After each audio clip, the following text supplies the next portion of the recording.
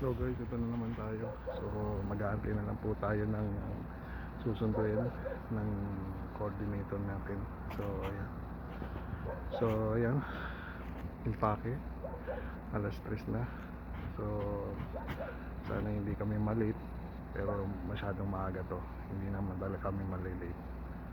And I hope na itong journey namin sa susunod na kumpanya maging masaya, maayos. So at least by experience malalaman natin kung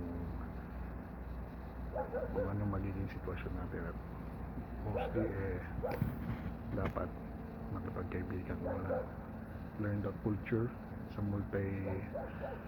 multi people na kumpanya, and languages ang advice ko. So ayan.